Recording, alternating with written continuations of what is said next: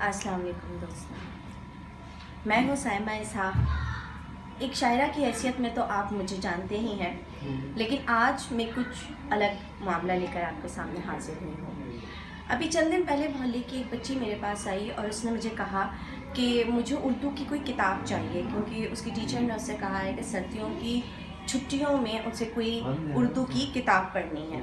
تو لیکن اسے بالکل کوئی اس بات کا آئیڈیا نہیں تھا کہ اسے کون سی کتاب پڑھنی چاہیے، اور جب میں نے اس سے پوچھا تو اس نے کہا کہ اچھا مجھے آپ پروین شاکر کی خوشبو دے دیں، لیکن اسے بالکل اندازہ نہیں تھا کہ وہ کون سی کتاب پڑھے۔ تو اس وقت میرے ذہن میں یہ خیال آیا کہ کیوں نہ ہم جو کتابیں روزمرہ زندگی میں پڑھتے ہیں اور ان کے بارے میں کچھ آگاہی، کچھ معلومات اپنے دوستوں کے ساتھ شیئر کی جائے، انہیں بتایا جائے کہ کون سی کتابیں پڑھنا چاہیے اور کتابیں پڑھنا چاہیے۔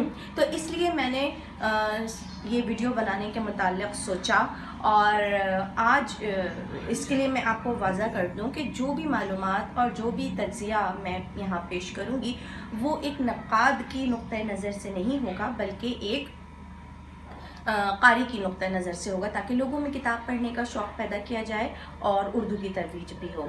تو آج جس کتاب کے بارے میں بات کروں گی وہ میری پسندیدہ ترین کتاب ہے تاحال، اور وہ کتاب جو ہے اس کے بارے میں آپ کو بتاتی ہوں، اور وہ کتاب ہے آگ کا دریا۔ یہ میری پسندیدہ ترین کتاب ہے۔ یہ اردو کا ایک ایسا عظیم الشان ناول ہے کہ جو نہ صرف اردو میں بلکہ پوری دنیا میں لکھی جانے والی کسی بھی ناول کے ساتھ ٹکر لے سکتا ہے۔ یہ کتاب بہت، میں فخر سے کہوں گی کہ یہ کتاب ایک خاتون قرۃ العین حیدر جو ہیں انہوں نے یہ تحریر کی ہے یہ کتاب، اور اس کتاب کا کئی دہائیوں کے بعد انہوں نے خود ہی انگریزی میں ترجمہ بھی کیا ریور آف فائر کے نام سے۔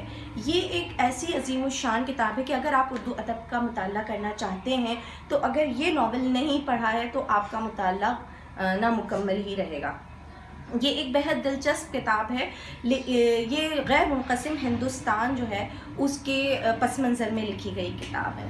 اس ناول کے 4 ادوار ہیں اور اس میں چند مخصوص کردار ہیں جو ہر دور سے گزرتے ہیں اور اپنا حصہ جو ہے وہ ادا کرتے جاتے ہیں۔ یہ کتاب آج سے 2500 برس پہلے چندر گپت موریہ کے زمانے سے شروع ہوتی ہے، پہلا دور جو ہے، اور اس کے بعد جو دوسرا دور ہے وہ لودھی سلطنت کے خاتمے اور مغلوں کی ہندوستان میں آمد کے بعد سے شروع ہوتا ہے، اور تیسرا دور انگریزوں کی ہندوستان میں آمد، اور چوتھا دور پاکستان ہندوستان کی تقسیم کے زمانے کا ہے۔ اس کا جو مین کردار ہے اس کا نام ہے چمپا، جو مختلف تحریفات کے ساتھ بار بار اپنی ظاہر ہوتی ہے۔ کہیں وہ چمپا ہے، کہیں چمپک ہے، کہیں چمپاوتی اور چمپا جان اور چمپا احمد کے نام سے ظاہر ہوتی ہے۔ دوسرا کردار اس میں گوتم نیلمبر کا ہے، اور وہ بھی بار بار اسی طرح نظر آتا ہے پورے ناول میں۔ یہ ایک ایسا ناول ہے کہ جس کو اگر آپ پڑھنا شروع کرتے ہیں تو اس کو گرفت میں لینے میں کچھ تھوڑا سا وقت جو ہے وہ لگتا ہے، لیکن جب ایک بار آپ اس کی روانی میں شامل ہو جاتے ہیں، اس کو گرفت میں لے لیتے ہیں، پکڑ میں لے لیتے ہیں، تو پھر اس کے اثر سے نکلنا ناممکن ہے، جس طرح میں آج تک نہیں نکل پائی ہوں۔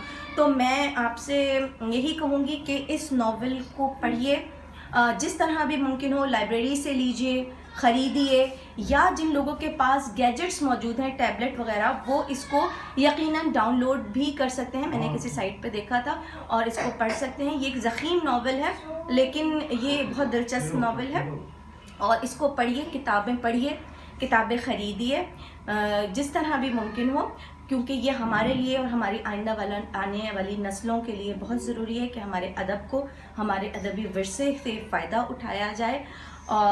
یہ میری آج کی ویڈیو تھی۔ اگر یہ آپ کو ذرا بھی مثبت، تعمیری اور مددگار لگی ہو تو اس ویڈیو کو لائک کیجئے، چینل کو سبسکرائب کیجئے، اور اپنے جاننے والوں میں، بچوں میں، دوستوں میں، خواتین میں شیئر کیجئے، تاکہ آنے والے نئی ویڈیوز جو ہیں جس میں مزید کتابوں کے بارے میں بات کروں گی وہ آپ تک پہنچ سکیں۔ اور اپنی رائے کامنٹس میں دینا مت بھولیے گا، اور یہ بھی بتائیے گا کہ آپ کو کون سی کتابیں پسند ہیں، اور تاکہ ان کے بارے میں بھی بات کی جا سکے۔ چلتے چلتے میں صرف اتنا ہی کہوں گی کہ اثر پذیری یوں ہی تو نہیں سخن میں میاں، اثر پذیری یوں ہی تو نہیں سخن میں میاں، مجھے ہے فخر میں اردو زبان بولتی ہوں. شکریہ.